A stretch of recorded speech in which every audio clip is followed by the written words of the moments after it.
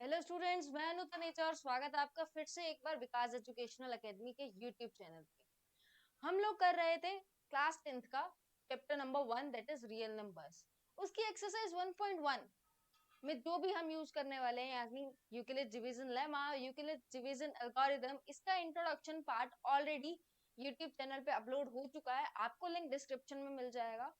इसको देखने से पहले जरूर इंट्रोडक्शन देख ले, नहीं तो मजा नहीं आएगा, क्वेश्चन करने में कुछ पल्ले नहीं पड़ेगा। और दूसरी बात ये कि जब भी आप क्वेश्चंस करें अपनी नोटबुक को साथ में रखें। जो मैं कर रही हूँ बेसिक सी कैलकुलेशंस वो आप भी करें। इससे थोड़ी कैलकुलेशंस आपकी शार्प हो जाएगी और आप थोड़ा जब लिखेंगे ना, मैथ्स ऑब्वियसली मैथ्स कोई स्टोरी नहीं है जो आप सुनेंगे और आपको आ जाएगी। प्रैक्टिस, तो आप साथ साथ प्रैक्टिस भी करेंगे एक एक क्वेश्चन की साथ के साथ। ठीक है, तो बिना किसी देरी के शुरू करते हैं आज की वीडियो, जिसमें हम पूरी एक्सरसाइज 1.1 के 5 क्वेश्चंस कवर करने वाले हैं। नंबर फर्स्ट क्वेश्चन देखें। Use Euclid's division algorithm to find HCF of 135 and 225। मैंने इस वीडियो में आपको बताया था कि हम यूक्लिड्स डिवीजन लेमा का यूज करने वाले हैं। किस लिए यूज करने वाले हैं? एचसीएफ निकालने के लिए। अब जैसे कि हमारे पास अभी नंबर है, हमारे पास क्या है, हमारे पास 135 एंड 225। अब इस नंबर में कौन सा छोटा है? 135 छोटा है, तो 135 बनेगा हमारा डिवीजर, यानी जिससे डिवाइड किया जाएगा। और 225 हमारा बनेगा डिविडेंड, यानी जिसको डिवाइड किया जाएगा। करें इसकी डिवीजन तो 135 टू जा अगर हम देखें तो वो हो जाता है हमारे पास 270, यानी हमें 131 जा ही लेना पड़ेगा। ये लिया, सब्ट्रैक्ट किया तो हमें मिला 90। रिमाइंडर जीरो नहीं आया। अब रिमाइंडर जीरो नहीं आया तो मैंने क्या कहा था, फिर से वही स्टेप रिपीट होगा, लेकिन इस टाइम ये जो 135 है ये अंदर आएगा। 90 वन जा 90, रिमाइंडर बचा 45। नहीं हो रहा, 45 भी जीरो नहीं है, देन अगेन 90 आ जाएगा बीच में। 45 टू जा 90, आ गया जी रिमाइंडर जीरो। और ध्यान दीजिए इस बात पे कि मैंने कहा था कि रिमाइंडर जीरो जिस स्टेप में आएगा उसी स्टेप में जो आपका डिवीजर है वो आपका ऑटोमेटिकली HCF बन जाएगा। अब आप खुद देखिए कितना आसान कर दिया यूक्लिड्स के एल्गोरिथम ने हमें एचसीएफ निकालना। कहाँ आप 135 के फैक्टर बनाते, 225 के फैक्टर बनाते एंड देन फिर इसको एचसीएफ निकालते, है ना? तो ये कितना इजी हो गया, बस एक बार इसको समझ लो अच्छे से, कोई भी क्वेश्चन आपके हाथ से नहीं जाने वाला। ठीक है, क्लियर है मेरी बात? इसको जल्दी से नोट करो, मैं इसकी ना प्रॉपर फॉर्मेट बताऊंगी कि कैसे लिखना है इसे, पहले इसको नोट करो या खुद से करके देखो नोटबुक में। हाँ जी, तो देखिए इसको हम डायरेक्टली यूक्लिड्स डिवीजन एल्गोरिथम कर रहे हैं, तो उस लेमा का यूज हम कैसे इसको शो करने में लगाएंगे उसको देखते हैं। जैसा कि हमें क्वेश्चन में दिखाई दे रहा है, हम ये चीज तो करेंगे लेकिन साथ ही साथ ये भी यहाँ पर साइड में हम लिखेंगे। एक साइड पर आप डिवीजन वाला पार्ट करेंगे, दूसरी साइड पर आप जो यहाँ मैं अभी लिखने जा रही हूँ ये लिखेंगे। तो यहाँ पर आप लिखेंगे कि हाँ जी 135 जो है वो छोटा है 225 से, तो बाय ELM आप पूरा लिखेंगे, ELA लिख रही हूं मैं, यूक्लिड्स डिवीजन एल्गोरिथम। क्या होगा?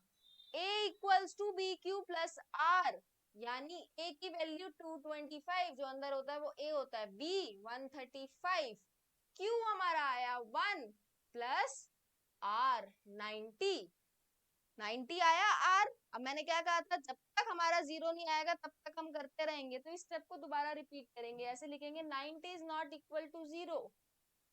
तो अगेन बाय ELA हम क्या करेंगे, 135 अब अंदर है तो 135 equals to A equals to B Q, ये वाला Q, R कौन सा होगा 45, इसको लिखेंगे इस तरीके से। मेरी बात क्लियर है? लेकिन अब फिर से 45 तो 0 के इक्वल नहीं होता, तो फिर से हम अगेन बाय ELA हम क्या करेंगे, 90 को लिखेंगे एज इन 45 इंटू 2 प्लस 0। अब हमारा जो रिमाइंडर है वो 0 आ चुका है। इसके बाद आप लोग यहाँ पर लिखेंगे, क्या लिखेंगे, that remainder is now 0, so HCF would be equal to 45। ये आप लोग एंड पे लिखेंगे। मेरी बात क्लियर हुई? मुझे नहीं लगता कोई डाउट होना चाहिए। ये अगर डिवीजन वाला पार्ट क्लियर है तो ये लिखना तो बच्चों वाला काम है। बचपन में भी तो वर्ड प्रॉब्लम जब करते थे तो कुछ ना कुछ लिखना पड़ता था वहां पे, वही यहाँ पर किया। जल्दी से इसे नोट कर लो।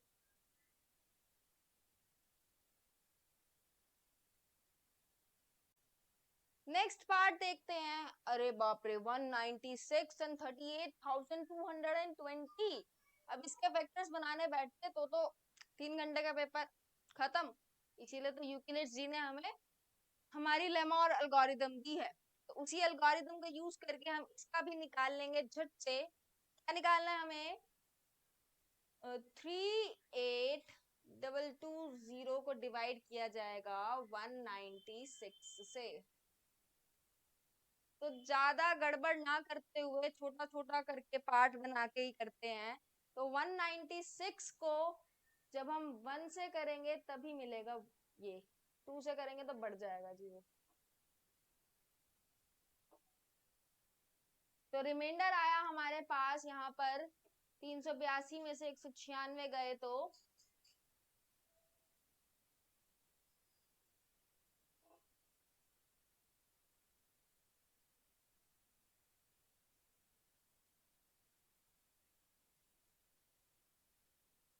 186। अब 186 तो 196 पे जाएगा नहीं, अब ये किस पे जाएगा, तो ये जाएगा हमारा 9 पे। आपको देखते पता चल रहा है 196 को 10 से करोगे तो 1960 आएगा, तो हमने करके देखा तो ये 9 पे जा रहा था। 9 पे ये जाएगा हमारा 196, 9 जा होगा हमारे पास 1764। आप लोग भी साथ साथ करो, नोटबुक है आपके पास, साथ साथ करो मेरे।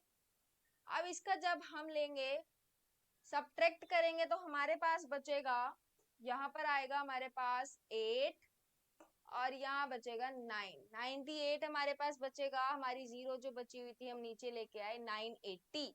तो 196 5 जा बनेगा आपका 980।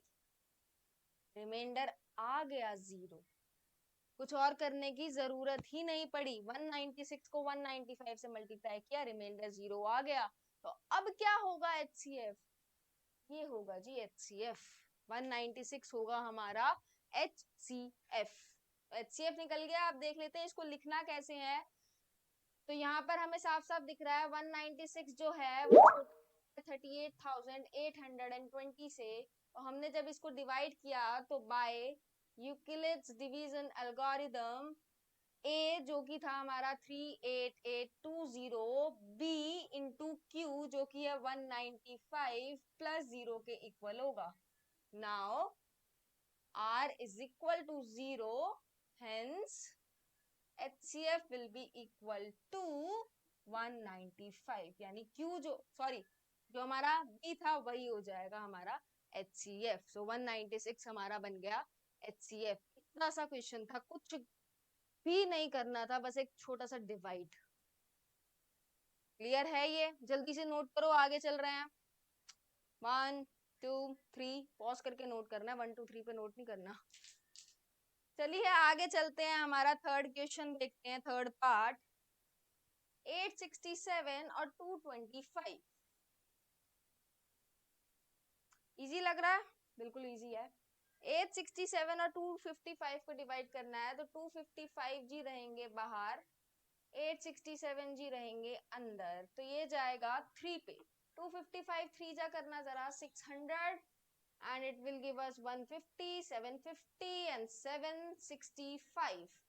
255 3 जा 765, रिमाइंडर आया 2102 आ गया। 102 रिमाइंडर आ गया तो ये तो ले नहीं सकते, दोबारा से 255।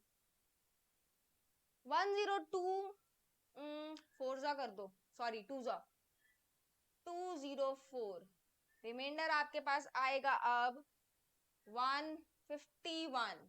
अगेन 102 को अंदर ले आओ, 51 2 जा 102, रिमाइंडर आ गया 0, तो आपका HCF क्या होगा जल्दी से बता दो, 51। Very good. अब इसी को हम लिखेंगे अपनी एल्गोरिथम की टर्म्स में, तो 255 साफ साफ छोटा है 867 से। हमने जब हमारी एल्गोरिथम लगाई तो हमें मिला कि जो 867 है वो बराबर है 255 मल्टीप्लाई बाय 3 प्लस 102 है। थोड़ा स्क्रीन से बाहर हो गया, 1 मिनट दे दो, ठीक कर देते हैं अभी। तो इसको थोड़ा ठीक कर देते हैं। 867 इक्वल होगा 255 इंटू 3 प्लस 102। अब ठीक है, आप दोबारा से लेंगे कि भाई 102 तो 0 के इक्वल नहीं है, दोबारा से लेना पड़ेगा, तो हम 255 को रखेंगे अंदर, जो कि होगा 102 मल्टीप्लाई बाय 2 प्लस 51। अगेन 51 तो 0 के इक्वल नहीं है, तो 102 equals to 51 2s are plus 0. Now remainder is equal to 0, hence HCF will be 51. That's it. खत्म हमारा क्वेश्चन। जल्दी से इसे नोट कर लिया जाए। हमारा फर्स्ट क्वेश्चन हो गया कंप्लीट। देखिए हमारा सेकंड क्वेश्चन, ये क्वेश्चन हम इंट्रोडक्शन वीडियो में कवर कर चुके हैं, लेकिन एक बार फिर से करेंगे ताकि पूरी एक एक्सरसाइज हो जाए हमारी, ठीक है। तो क्या है question, show that any positive odd integer is of the form 6q plus 1, 6q plus 3 और 6q plus 5 where q is some positive integer। जी हाँ, पॉजिटिव तो होगा ही, क्योंकि सारा खेल हम पॉजिटिव में चला रहे हैं। किसी भी पॉजिटिव को पॉजिटिव से करोगे तो आंसर पॉजिटिव ही आएगा, और रिमाइंडर तो हमेशा ही पॉजिटिव आता है, तो सारी चीजें पॉजिटिव में ही चल रही है। बात आ जाती है, गड़बड़ आ जाती है इवन ऑड पे।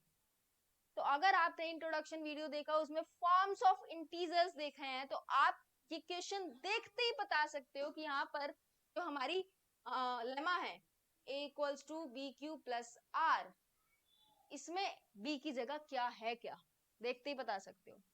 b की जगह है, यूज हो रहा है 6q, यानी 6 यूज हो रहा है, यानी मैंने एक पॉजिटिव इंटीजर लिया है, अभी ऑड की बात नहीं कर रहे, मैंने एक पॉजिटिव इंटीजर लिया है और उसको मैंने 6 से डिवाइड किया है, यानी मेरा b जो है सीधा सीधा 6 है। तो what are the possible remainders, क्या क्या रिमाइंडर्स हो सकते हैं। रिमाइंडर हो सकते हैं या तो 6 से छोटे और 0 से बड़े, यानी 0 1 2 3 4 5 ये हो सकते हैं।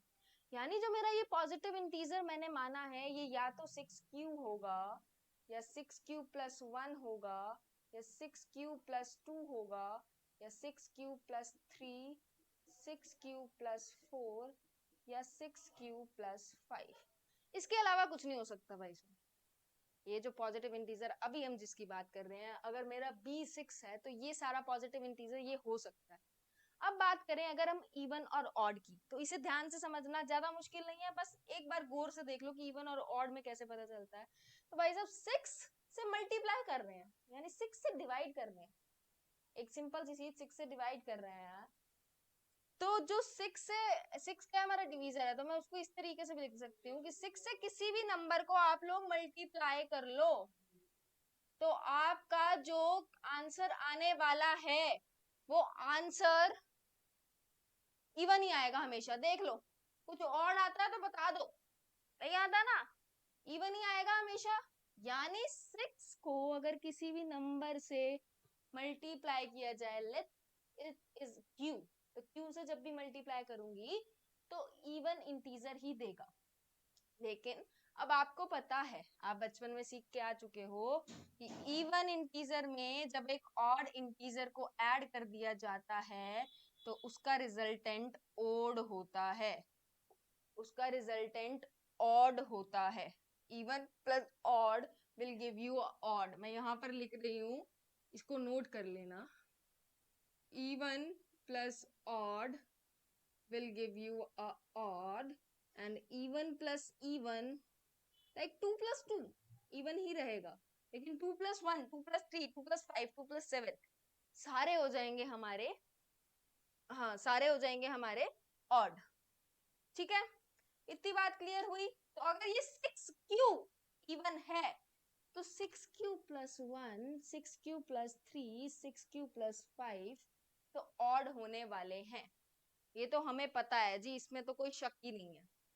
ये मुझे लगता है कॉन्सेप्ट आपको क्लियर हो चुका है कि ये क्वेश्चन है क्या, और हम प्रूव भी कर चुके हैं यहाँ पे, लेकिन थोड़ा सा रफली प्रूव करा। टीचर ये नहीं एक्सेप्ट करेगी, कोई भी एक्सेप्ट नहीं करेगा, तो इसको थोड़ा लहजे से इसको प्रूव करते हैं, देखते हैं इसको लिखना कैसे है। तो सबसे पहले जब हम सॉल्व कर रहे थे अभी, क्या किया था? सबसे पहले माना था एक integer, positive integer equals to A, यही किया था। तो लिखते हुए भी यही करेंगे, सिंपल सी बात। So let A B a positive integer, पूरा पूरा लिखना है, ऐसे शॉर्ट फॉर्म में नहीं लिखना। लेट ए, मैं थोड़ा ना इस साइड लिख देती हूँ क्योंकि यहाँ पर थोड़ी दिक्कत होगी, रुको यहाँ चलेगा। Let A B a positive integer, A हमारा एक पॉजिटिव इंटीजर है, तो बी क्या निकाला था हमने? सो बी इक्वल्स टू 6। तो ए और बी हमें यहां से मिल गया था। फिर हमने लिखा था बाय, हमने देखा कि बाय ईएलएम यानी यूक्लिड्स डिवीजन लेमा, हमने क्या पाया कि it can be written as a equals to 6q plus r, where r can be 0, 1, 2, 3, 4, 5। हमने 6 केसेस लिख दिए थे, यही किया था। इसके बाद एक एक करके सारे केस बना के दिखाएंगे। केस 1, जब हमारा रिमाइंडर 0 होगा, जब हमारा रिमाइंडर 0 होगा तो a की वैल्यू होगी 6q प्लस 0, यानी कि a इक्वल्स टू 6q। अब 6q मैंने क्या कहा था कि 6q एक इवन इंटीजर होगा। क्यों होगा ये भी बताया था, इसलिए होगा क्योंकि 6 को किसी भी पॉजिटिव इंटीजर से आप लोग मल्टीप्लाई करोगे तो वो इवन ही देगा। ये आपको बस लिख के बता देना कि हाँ जी इवन मिलेगा।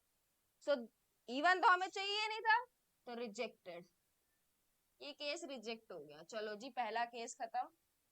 दूसरा केस, रिमाइंडर 1, रिमाइंडर 1 पे a की वैल्यू हो जाएगी 6q प्लस 1, और हमें पता है 6q इवन है, तो 6q plus 1 will be 6q plus 1 will be odd. आप साथ में ये भी लिख सकते हैं because even plus odd will always give you odd. ये हो गया हमारा 6q प्लस 1, यानी कि 6q plus 1 is an odd positive integer, इस तरीके से लिखना है। ठीक है, नेक्स्ट देखो, केस 2 हो गया।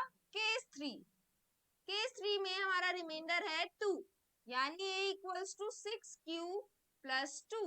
अब 6q इवन है, इवन प्लस इवन जब आप लोग करेंगे आपको इवन ही मिलेगा, और इवन तो हमें चाहिए नहीं, तो रिजेक्टेड, खत्म। Case number 4, remainder equals to 3, so a equals to 6q plus 3। 6q यही वाली लाइन लिख दोगे कि 6q जी इवन है, तो 6q जब प्लस 3 किया तो वो ऑड बन गया, because even plus odd will give you an odd number. तो ये केस हमने ले लिया, यहाँ पे लिख दो 6q plus 3 is an odd positive integer. Finish. Case number 3 भी हम लोगों ने कर लिया। यहाँ पर दिख नहीं रहा आप लोगों को शायद, ज्यादा कुछ नहीं लिखा मैंने, is an odd positive integer लिखा है, ये वाली लाइन लिखी है, ठीक है। नेक्स्ट देखते हैं केस नंबर हमारा होगा अब 5th, जिसमें रिमाइंडर होगा हमारा 4। तो यानी ये हमारा बनेगा 6q plus 4। अब जी इवन प्लस इवन तो इवन होता है, तो 6q plus 4 इवन होगा, और इवन केस हमें लेना ही नहीं, हमें तो ऑड से मतलब है। Case number 6, remainder 5, so a equals to 6q plus 5। so अब यहाँ पे वही सेम लाइन लिखनी है आपको कि जी 6q तो इवन था, अब इवन में मैंने 5 ऐड कर दिया, मतलब 6q plus 5 कर दिया, तो ये तो जी ऑड हो जाएगा, because even plus odd will always give you an odd number। खत्म। 6q plus 5 भी हो गया, तो 6q plus 5 is an odd positive integer। सारे केस इस तरीके से आपको लिख के दिखाने हैं। ये तो बेसिक सी चीज थी, बेसिक सा इक्वेशन था, उसमें इस तरीके से लिखने का तरीका आपको बहुत अच्छे से आ गया होगा। तो अगर कोई कॉम्प्लेक्स क्वेश्चन भी आता है तो भी, हाँ कॉम्प्लेक्स है, आप बहुत अच्छा कर लोगे, इसका मतलब ये नहीं है कि आप कुछ भी लिख के आओगे, आपको लिखना फॉर्मेट में है। मेरी बात क्लियर है? और एंड में आपको लिखना है वही सेम लाइन। क्वेश्चन में क्या है, show that any positive odd integer is of the form of 6q plus 1 और 6q plus 3 और 6q plus 3, 6q plus 5। Last में लिख देना है हेंस इट इज प्रूव, या फिर हेंस प्रूव। खत्म। यही प्रूव करना था, हमने कर दिया। आपके पास 5 मिनट है, जल्दी से इसको नोट कीजिए वीडियो को पॉज करके।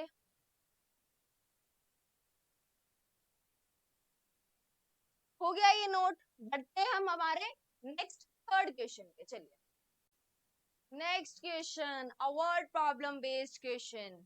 कह रहा है an army contingent of 616 members is to march behind an army band of 32 members। यानी जी 32 members आगे आगे चलते जाएंगे, यानी उनका बैंड जो है 32 members का वो आगे आगे चलेगा, पीछे 616 members को मार्च करना है। चलो ये चीज समझ में आई हमें क्वेश्चन से। उसके बाद कह रहा है in a parade the two groups are to march in the same number of column. जो दो हमारे ग्रुप हैं, एक 32 मेंबर्स का, एक 616 मेंबर्स का, इनको इक्वल नंबर ऑफ कॉलम्स में चलना है। यानी अगर 32 मेंबर्स वालों ने 6 कॉलम्स बना लिए, 1 2 3 4 5 6, तो ये 616 वाले भी इन्हीं में आने चाहिए। ठीक है। अब एक बात और आपको पता हो इसके बारे में, आप ऐसे नहीं कर सकते कि एक लाइन बड़ी एक लाइन छोटी, एक लाइन बड़ी एक लाइन छोटी। आर्मी की एक परेड हो रही है, ऑब्वियस ही बात है, एक सीक्वेंस में चलती है, तो सारे number of members in a single column equal होने चाहिए, सिंगल रो जो है वो इक्वल होने चाहिए। तो यही बात यहाँ पर वो कह रहा है कि ऐसा क्या किया जाए कि मतलब इतने कितने कॉलम्स हम बनाए कि ऐसी परेड बिल्कुल स्ट्रेट जाए और इक्वल नंबर ऑफ कॉलम्स हो दोनों ग्रुप्स के। ये क्वेश्चन तो क्लियर हो गया।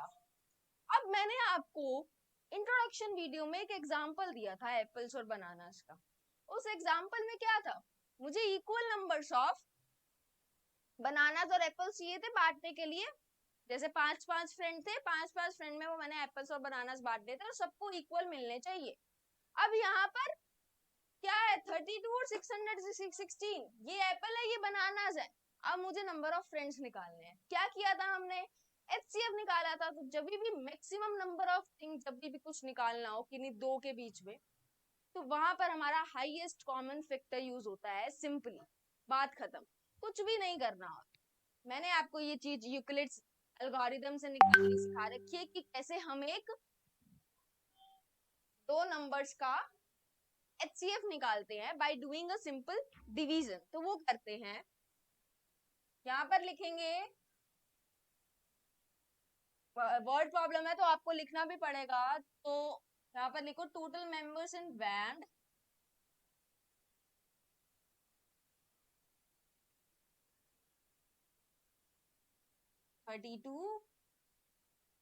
टोटल मेंबर्स इन मार्च, यानी जो मार्च कर रहे हैं पीछे वो कितने हैं 616। तो टोटल नंबर ऑफ कॉलम्स कितने बनेंगे उनके, वो हम पता लगाएंगे किससे, HCF से, इन दोनों के। अब 616 एंड 32 है, बताया था 32 अंदर, सॉरी 32 बाहर रहेगा, 32 से डिवाइड किया जाएगा क्योंकि 32 छोटा है। तो 32 से हम करते हैं यहाँ पर डिवाइड,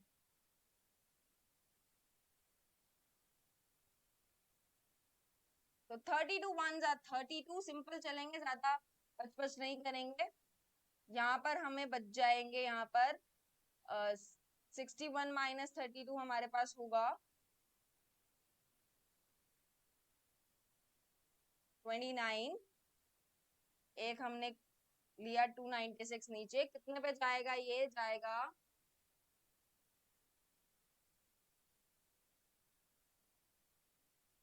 288 9 पे।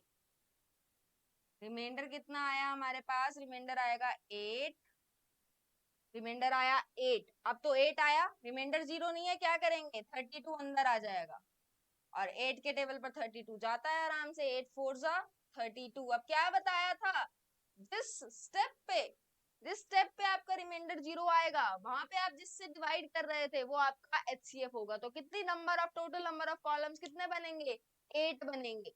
कितने बनेंगे टोटल नंबर ऑफ कॉलम्स, 8। इसको हम यूक्लिड्स डिवीजन एल्गोरिथम की फॉर्म में कैसे लिखेंगे, 32 छोटा है जी 616 से, तो हमने डिवाइड किया और हमने 616 को यहाँ पर लिखो बाय ELM या बाय ELA। 616 को हमने लिखा as an 32 into 19 plus 296, sorry 8 plus 8। Then हमने 32 को लिखा दोबारा से देखा हमने कि ये तो छोटा आ रहा है, जो 8 जो है वो 0 के इक्वल नहीं है, फिर हमने 8 को लिखा कि 8 जी छोटा है 32 से, तो इसको फिर से डिवाइड किया जाए, तो बाय ELA 32 को हमने इक्वल लिख दिया किसके, 8 4 जा 32 plus 0। So HCF equals to 32, काम खत्म। 8 so HCF equals to 8, so total number of columns will be 8, that's it। ये क्वेश्चन था, क्वेश्चन को समझना था, थोड़ी सी कॉमन अंडरस्टैंडिंग लगानी थी। मेरी बात सबको क्लियर है, 1 मिनट का टाइम है, जल्दी से नोट करो पॉज करके वीडियो को। डन, चलते हैं हम हमारे फोर्थ क्वेश्चन पे। चलिए देखते हैं हमारा नेक्स्ट क्वेश्चन, जिसमें हमें वही यूक्लिड्स डिवीजन लेमा वाला क्वेश्चन है।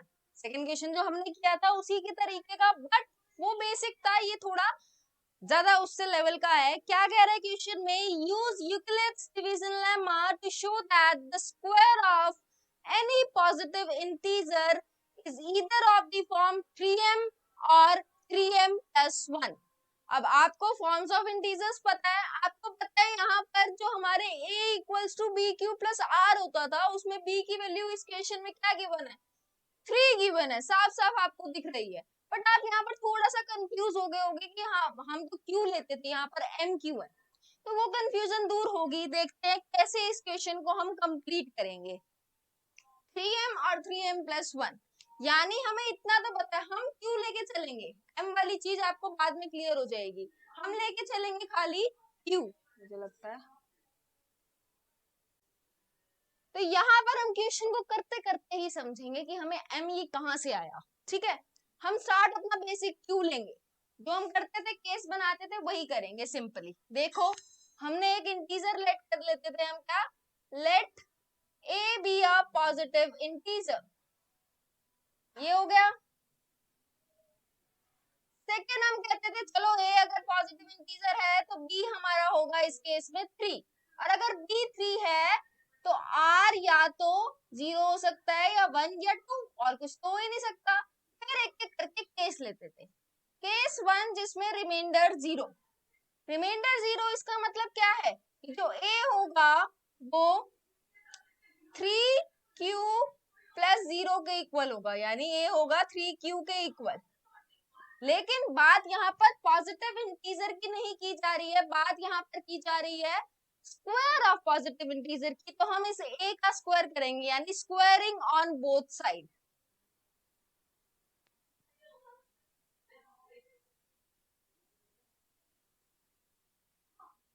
both sides. So a square will be 3q square and 3q square equals to 9q square. इतनी बात क्लियर।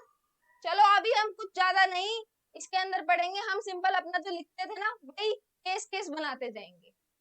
केस 2 बनेगा हमारा जब हमारा रिमाइंडर 1 के इक्वल हो, तो a equals to 3q plus 1। फिर again squaring on both sides.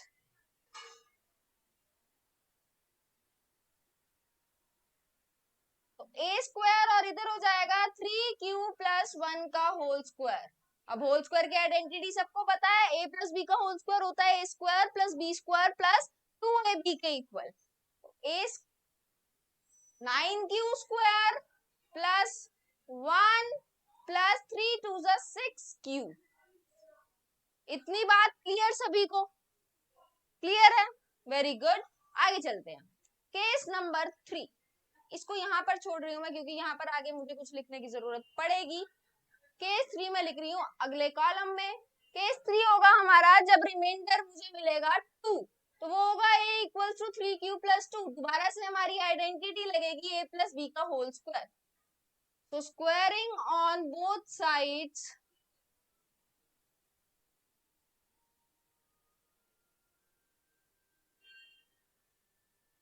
a square equals to 3q plus 2 का होल स्क्वायर।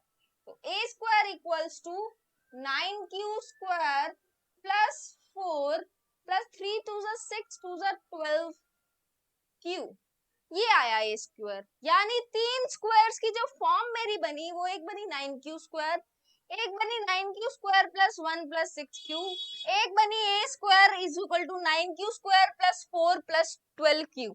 इसमें किसी को कोई दिक्कत नहीं होनी चाहिए, जो सिंपल हम करते थे हमने वही किया।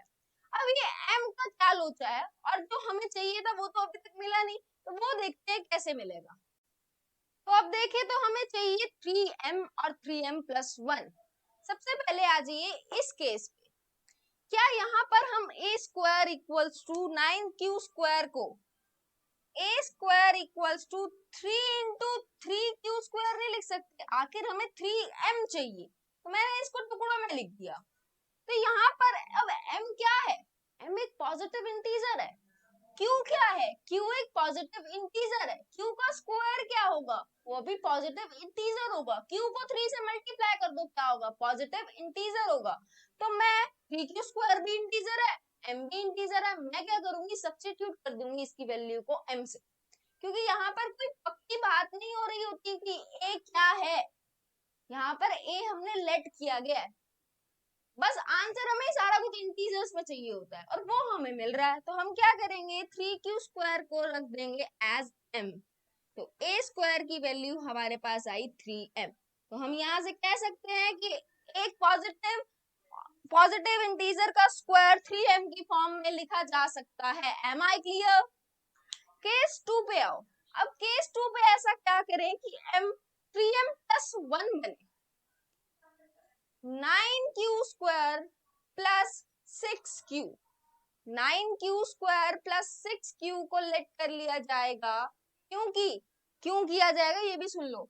क्यों एक पॉजिटिव है, क्यू का स्क्वायर भी पॉजिटिव होगा, इंटीजर होगा, पॉजिटिव इंटीजर, और जब 9 से मल्टीप्लाई करोगे तब भी पॉजिटिव इंटीजर आएगा, plus 6 into q positive integer ही रहेगा। अब सारे पॉजिटिव इंटीजर्स को तो मैं m लेट करती जा रही हूँ, इसलिए मैंने इसे भी m कर दिया।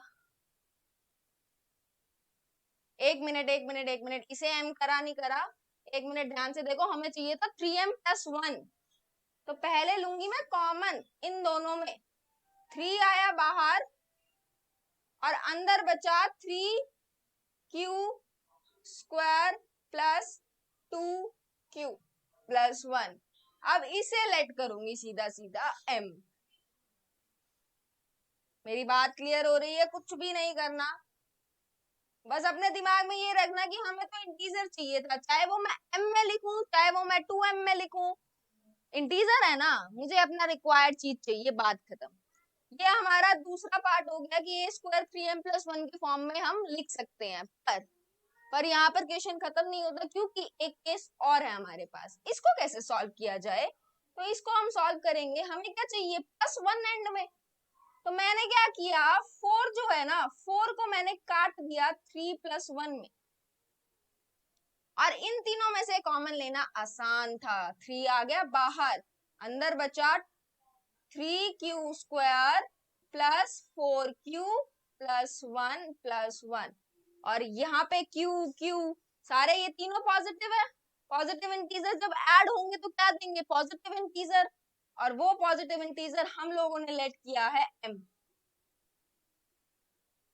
a² की वैल्यू यहाँ से भी 3m प्लस 1, हेंस प्रूव्ड कि हमारा किसी भी पॉजिटिव इंटीजर का स्क्वायर 3m या 3m प्लस 1 की फॉर्म में लिखा जा सकता है। Am I clear? If I am clear, then pause the video and note down it completely. Done. Let's move to the last question of our exercise 1.1. I'm really sorry. अब कुछ वैसा ही question जो अभी अभी हम कर रहे थे, उसमें हमने स्क्वायर की बात की थी, यहाँ हम बात कर रहे हैं क्यूब की। सेम प्रोसेस चलेगा बिल्कुल, मुझे तो लगता भी नहीं है कि आप लोगों को एक दिक्कत आने वाली है अब इस क्वेश्चन में। देखो 9m प्लस 1 है यहाँ पर, तो यहाँ पर होने वाली है थोड़ी मचमच, क्योंकि 9 से रिलेटेड हमारे पास कितने सारे बन जाएंगे, है ना। उसको पूरा करने के लिए देखते हैं एक एक स्टेप को, एक एक केस को ध्यान से देखना, बहुत ज्यादा डिफरेंस है इस क्वेश्चन में। अब यहाँ पर हम देखते ही बोलेंगे जी 9 है बी, बट असल में यहाँ पर जो बी है वो 9 हम नहीं लेंगे, यहाँ पर हम बी 9 नहीं लेंगे, क्योंकि हम अपने क्वेश्चन को इजी करना चाहते हैं। ऑब्वियस ही बात है, जब हम 9 लेंगे तो 0 1 2 3 4 5 6 7 8 ये सभी रिमाइंडर आएगी। अब इतने सारे केस लिखने को कोई नहीं बोलता, नॉर्मल सी चीज है, इसलिए हम 9 का एक फैक्टर लेंगे। 9 का फैक्टर आप सभी को पता है 3 ही हो सकता है, 3 into 3 is 9, तो 3 लेंगे हम एज बी, 3 लेंगे हम एज बी। सो सबसे पहले let A B a positive integer, वही काम। सेकेंड क्या करा मैंने, जो मेरा b था मैंने लिखा कि so b equals to 3, hence r can be 0 1 2, यानी 3 ही केस बन सकते हैं। अब इन 3 केस में मैं कैसे 9m वाली चीजें लेके आऊंगी, उस पे ध्यान देना जरा। 0 1 2, तो यानी केस 1 जब बनेगा तो वो बनेगा r equals to 0, a equals to 3q plus 0, यानी a इक्वल्स टू 3q। अब क्या बात हुई थी इस क्वेश्चन में, क्यूब की, तो लेंगे हम दोनों side cube, cubing on both side.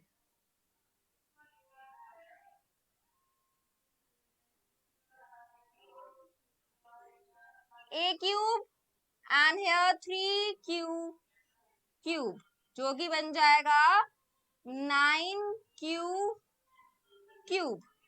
अब आपको क्या करना था, 9m ही तो चाहिए था, 9m सॉरी 27 सॉरी 27 क्यूब। अब आप 27 से तो 9 को आराम से बाहर निकाल सकते हो, 9 3 जा 27। तो क्या करोगे आप लोग 3 क्यूब जो कि एक इंटीजर है उसे m मान लोगे। अब 3 क्यूब अगर n हो गया तो a क्यूब ऑटोमेटिकली 9m हो गया। पहली चीज हमारी प्रूफ हो गई, खत्म। ऐसे ही लेंगे केस नंबर 2 जिसमें r होगा हमारा 1। तो हमारा जो a इंटीजर था वो बनेगा 3 cube plus 1, cubing on both sides.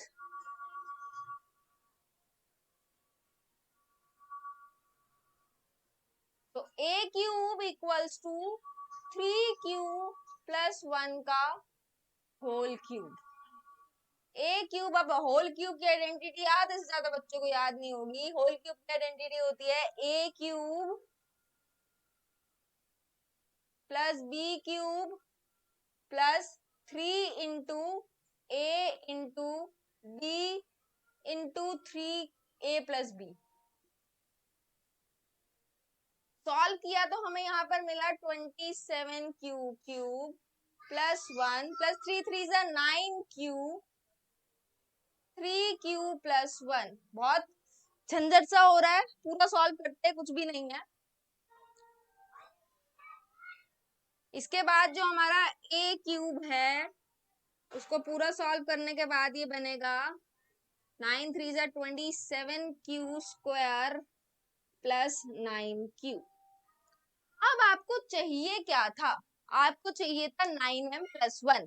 तो बाकी सारी चीजें आपको हटा देनी है, आपको 9 को कॉमन लेना है, 1 को अलग रखना है, दैट्स इट। जैसे पिछले क्वेश्चन में था 1 तो ये रहा अलग, चलो 1 तो हमें मिल गया। बाकी बची हुई चीजें क्या है? बची हुई चीजें है 27 cube plus 27 Q square plus 9 Q, जिसमें से कॉमन बहुत आराम से आ सकता है प्लस 1। कॉमन लेंगे इसमें से 9 को, क्योंकि 9 चाहिए था। तो अंदर बचेगा 3 cube 3 Q square plus Q plus 1। जो ब्रैकेट वाली पूरी चीज है उसको लेट कर लिया जाएगा एज m, बिकॉज वो सभी इंटीजर है।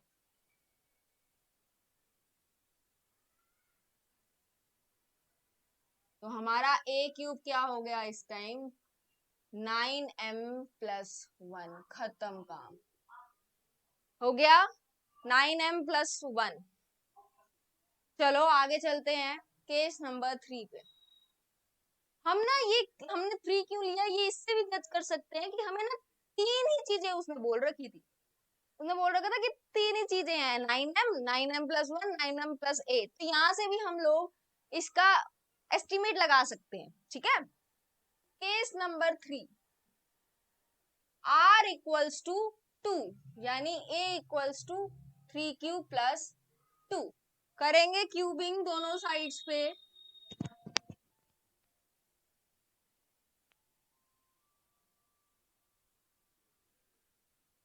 a cube 3 cube plus 2 whole cube. Identity होती है a cube plus b cube plus 3 into a, आपको वहां का विजिबल होगा, हाँ होगा, इंटू 2 3 क्यूब प्लस 2 विजिबल है। चलो a cube equals to 27 cube plus 8 plus 3 3 जा 9 2 जा 18 क्यूब इंटू 3 क्यूब प्लस 2। यहाँ से डायरेक्ट भी कॉमन लिया जा सकता है, आप मल्टीप्लाई ना भी करो। आपको चाहिए 8 अलग से, तो 8 को तो अलग से रख दो वहां से। 27 cube plus 18 cube into 3 cube plus 2, ये ब्रैकेट बना दिया अलग से, प्लस में 8 रख दिया अलग से। सॉल्व किया तो सॉल्व करने के बाद मिला, जब 9 हम कॉमन ले लेंगे, 3 cube plus 2 cube into 3 cube plus 2 plus 8। किसको लेट किया? अब हमने ब्रैकेट वाली पूरी चीज को, 3 cube plus 2q into 3q plus 2 equals to m. Hence a cube can be written as 9m plus 8. That's it. खत्म. ये क्वेश्चन था. बस लिखने में थोड़ा वजन डालना है, कुछ भी नहीं है क्वेश्चंस में. आपके पास 1 मिनट है, जल्दी से इसे नोट कीजिए पोस्ट करके. 1 मिनट तो नहीं है, करिए आराम से इसे. हाँ जी, तो हो गया नोट. समझ में आई पूरी एक्सरसाइज? बहुत बढ़िया. नहीं समझ में आई तो वीडियो को रिवर्स करो, दोबारा से देखो, एक एक स्टेप को लिख के प्रैक्टिस करो, ठीक है? और कुछ भी डाउट है किसी भी क्वेश्चन में, किसी भी स्टेप में, तो कमेंट बॉक्स में कमेंट करके पूछ लो बिंदास, कोई दिक्कत नहीं है, ठीक है? तो हमने अब अपनी एक्सरसाइज 1.1 कंप्लीट कर ली है. इसके बाद हम आगे अपना चैप्टर कंटिन्यू रखेंगे अगली वीडियो से. तब तक के लिए इस एक्सरसाइज को अच्छी तरह से इस पे पकड़ जमा लो, इसके एक्स्ट्रा क्वेश्चंस ट्राई करो. कुछ भी प्रॉब्लम आती है तो मुझसे पूछो. तो मिलेंगे हम हमारी नेक्स्ट वीडियो में सेम इसी चैनल पे. तब तक के लिए टाटा.